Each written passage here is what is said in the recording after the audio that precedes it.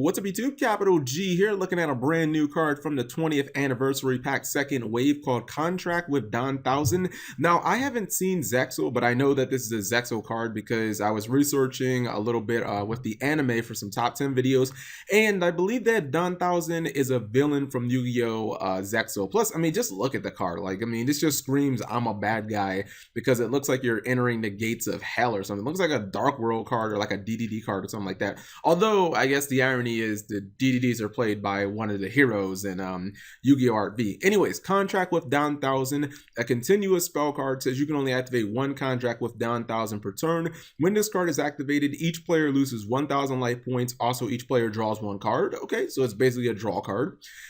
Second effect, each player reveals and keeps revealing every card drawn while this card is in the spell and trap zone, as well as every card drawn by this card's first effect. So the card that you draw with the first effect, you have to reveal it to your opponent, and then everything that you draw after that, while this card is face up for both players, like you have to just keep revealing all the cards, which is kind of crazy because it includes the draw phase. So like you're gonna get free information.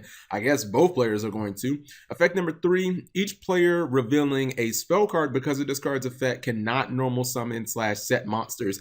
That is actually really crazy because I mean a lot of decks run a lot of spells, so man, that could easily make it so your opponent could not special summon if they just happen to draw a spell during the draw phase. Like they might draw Twin Twister to out this, but it won't really matter because they still won't be able to draw, or excuse me, they won't be able to normal summon or set any monsters. Okay, so this might be kind of bad, guys, but the first kind of decks that I thought about with this card were kind of degenerate ones like Exodia and Chainburn, because I kind of look at this card just as a simple draw card. Honestly, I mean, yeah, it has a bunch of other pretty effects, but if you're playing it in like Chainburn or Exodia, you could just use this as like a substitute because you guys know in the TCG, Chicken Game got banned, so that was like a good draw card that we lost, and Upstart Goblin got limited, so a lot of players are just looking for good draw cards in those decks. And if you're playing Chainburn, you already play like 1 day a piece anyways. Exodia does the same thing. So obviously those decks don't care if their opponent draws an additional card, which most decks would, because you're not playing the same kind of way your opponent is. You're playing like burn, and you're playing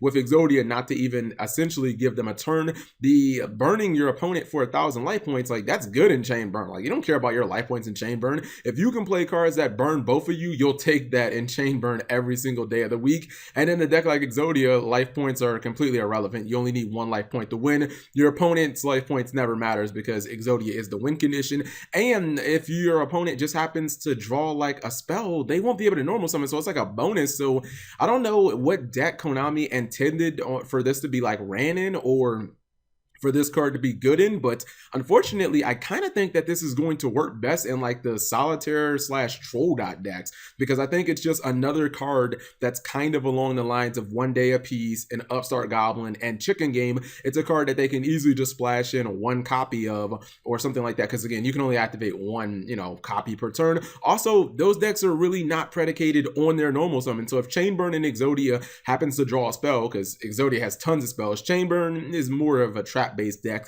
like you don't really care. What is the only, like, what does Chainburn even normal summon? Like Card D? They can go a turn without playing Card D or something like that. They got Battle Fader and Swift Scarecrow and crap like that, and I don't even know what Exodia would normal summon other than Royal Magical Library. Like I'm not super up to Exodia like in 2017, but I know that the normal summon isn't that important to them. So you guys let me know what you think. I think that this card definitely does have some potential. If Konami did not make its activation once per turn, I think that this card could have been like, it could have trended towards it being able to exploit some like FTKs and shit like that. So let me know what you guys think of this card in the comment section below. I think it's okay, but again, I think it mainly only helps like troll / degenerate dot decks as of right now. I'm pretty sure there are some decks that I just haven't thought of. Anyways, if you guys enjoyed the video, please give it a thumbs up. Thank you guys for watching. Subscribe if you have not already.